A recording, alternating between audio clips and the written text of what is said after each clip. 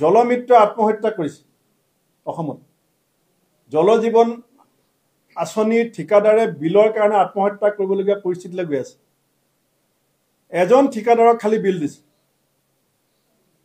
এজন ঠিকাদাৰক বিল দিছে এতিয়া ঠিকাদাৰে কৈছে যে এইটো জল জীৱন মিছন নহয় জঞ্জাল জীৱন মিছন হৈ গ'ল এটা ঠিকাদাৰসকলৰ জীৱনলৈ জঞ্জাল নামি আহিছে হিমন্ত বিশ্ব শৰ্মাই ধাৰ লৈ পেলাই ৰাজ্য চৰকাৰ চলাই আছে বিহুত সকলো কৰ্মচাৰীয়ে দৰমহা নাপায় সকলো অৱসৰপ্ৰাপ্ত কৰ্মচাৰীয়ে পেঞ্চন নাপায় অসমৰ অৰ্থনৈতিক ব্যৱস্থাটো কি ধৰণে এতিয়া প্ৰশ্নচ হৈ পৰিছে যদি বহাগ বিহুৰ সময়ত যদি প্ৰত্যেকগৰাকী কৰ্মচাৰীয়ে দৰমহা নাপায়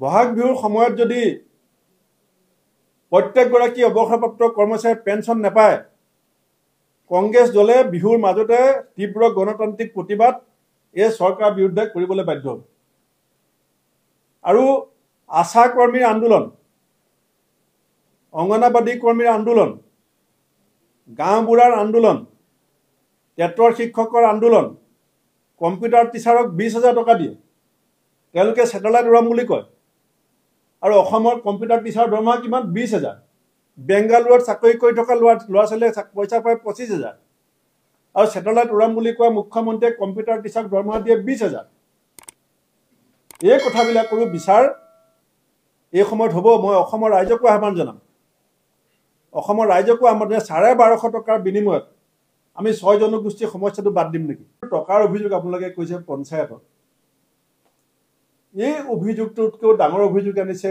এজন বাজাজ উপাধিধাৰী ব্যক্তিয়ে লাইভ টেলিকাষ্ট যে বিজেপিৰ দুজন নেতাই লাখ লাখ টকা দাবী কৰিছে এইটো মই কোৱা নাই টিভি চেনেলৰ লাইভ টক শ্ব'ত এপেক্স বেংকৰ কেলেংকাৰী সম্পৰ্কত মুকলিমূৰীয়া অভিযোগ আনিছে বিজেপিৰ দুজন বিধায়কৰ বিৰুদ্ধে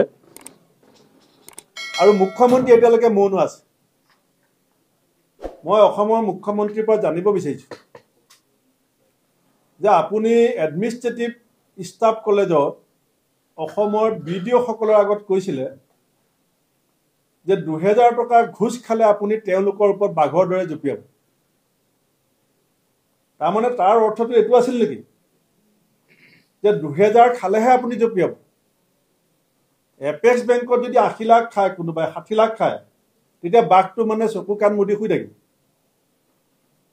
এতিয়া অসমৰ ৰাইজেটো জানিব বিচাৰিছে অসমৰ ৰাইজক এই কথাটো আপুনি স্পষ্টীকৰণ দিব লাগে কাৰণ আমি দেখিছোঁ 5,000 10,000 টকা ঘোষ লওঁতে বহুত মণ্ডল কানুনগো কেৰাণী মুহুৰী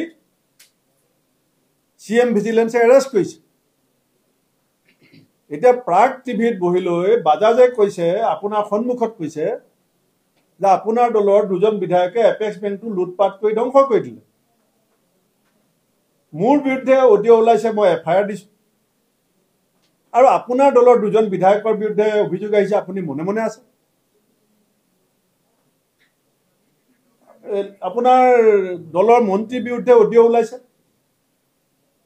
যে আপুনি জানে আপোনাৰ অডিঅ' ওলাইছে যে কোন মন্ত্ৰীয়ে 25 লাখ টকা বিচাৰিছে কোন মন্ত্ৰীয়ে কয়লা সিন্ডিকেট চলাই আছে অডিঅ' ওলাইছে আপুনি উত্তৰ নিদিয়ে গতিকে এই চৰকাৰখন দুৰ্নীতিৰ ক্ষেত্ৰত যিটো দুমুখীয়া নীতি কেৰাণী মুহুৰী পুলিচে কোনোবাই যদি 2,000 টকা খায় বাঘ ওলাব আৰু এস্কাৰ্ট বেংকটো শেষ কৰি দিলে দুজন বিধায়ক প্ৰত্যক্ষভাৱে জড়িত বাঘটো শুই আছে বাঘটো এটা সাৰ নাপায় এটা বাঘটো কলা হৈ গ'ল নুশুনে একো নেদেখে হিমন্ত বিশ্ব ডাঙৰীয়া অসমৰ ৰাইজে আপোনাক ইয়াৰ উত্তৰ পঞ্চায়ত ইলেকশ্যনত দি আছে অসমৰ এটা জাতীয় অনুষ্ঠান ধ্বংস কৰাৰ নেতৃত্ব আপোনাৰ চৰকাৰৰ দিনত কেনেকৈ হৈছে অসমৰ ৰাইজে চাই আছে দ্বিতীয়তে মই এটা কথা কৈছোঁ যে হিমন্ত বিশ্ব শৰ্মাই যোৱা 3 বছৰ ধৰি অসমৰ কিছু বিহু সমিতিক 1.5 লাখ টকা দি আছে 3 বছৰত বিজেপি নেতাবিলাকৰ সম্পত্তি বহুত বাঢ়িল কিন্তু বিহু সমিতি 1.5 লাখ to 1.5 লাখ হৈ থাকিল সব বিজেপি নেতাবিলাকৰ সম্পত্তি বাঢ়িছে, সব বস্তুৰ দাম বাঢ়িছে, কিন্তু ভিউ সমিতি 1.5 লাখ 3 বছৰ ধৰি 1.5 লাখ হৈ আছে। সেইকাৰণে আমি কংগ্ৰেছ দলে আজি আনুষ্ঠানিকভাৱে ৰাজহুৱাকৈ ঘোষণা কৰিছোঁ, 26ত যেতিয়া কংগ্ৰেছ যেতিয়া চৰকাৰ হ'ব, 26ত যেতিয়া আমাৰ চৰকাৰ হ'ব, আমি এইটো মেনিফেষ্টতো দিম, পঞ্চায়ততো দিম। আমি প্ৰত্যেক বিহু কমিটিক বাছি বাছি নহয়, অসমৰ প্ৰতিখন বিহু কমিটিক আমি 3 লাখ টকা দিম। অসমীয়া জাতীয় সংস্কৃতিক শক্তিশালী কৰিবৰ কাৰণে আমি 3 লাখ টকা দিবলৈ সিদ্ধান্ত লৈছোঁ। জলমিত্ৰ আত্মহত্যা কৰিছে অসমত, জল জীৱন আঁচনিৰ ঠিকাদাৰে বিলৰ কাৰণে আত্মহত্যা কৰিবলগীয়া পৰিস্থিতিলৈ গৈ আছে। এজন ঠিকাদাৰক খালি বিল দিছে, এজন ঠিকাদাৰক বিল দিছে। এতিয়া ঠিকাদাৰে কৈছে যে এইটো জল জীৱন মিছন নহয়, জঞ্জাল জীৱন মিছন হৈ গ'ল। এতিয়া ঠিকাদাৰসকলৰ জীৱনলৈ জঞ্জাল নামি আহিছে। হিমন্ত বিশ্ব শৰ্মাই ধাৰ লৈ পেলাই ৰাজ্য চৰকাৰ চলাই আছে। বিহুত সকলো কৰ্মচাৰীয়ে দৰমহা নাপায়,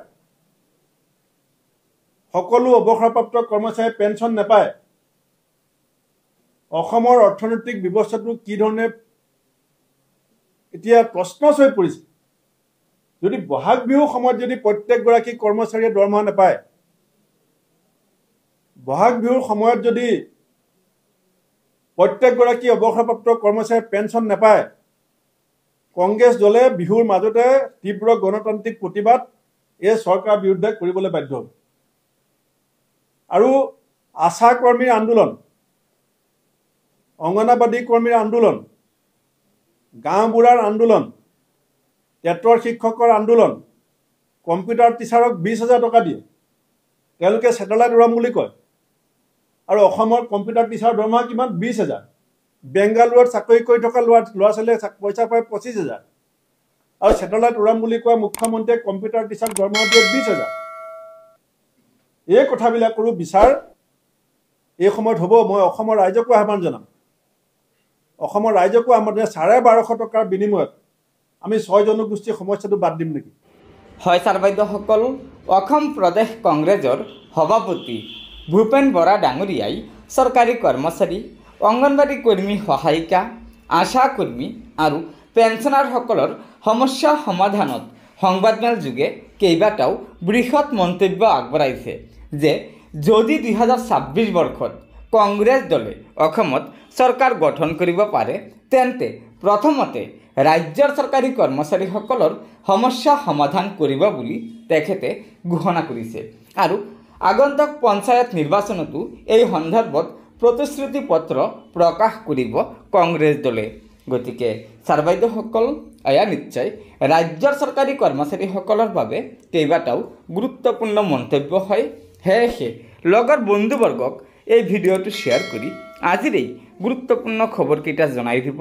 আৰু নতুনকৈ অহা ছাৰ বাইদেউসকলে অনুগ্ৰহ কৰি আমাৰ এই চেনেলটো ছাবস্ক্ৰাইব কৰি ল'ব। ধন্যবাদ। জয় আই অসম।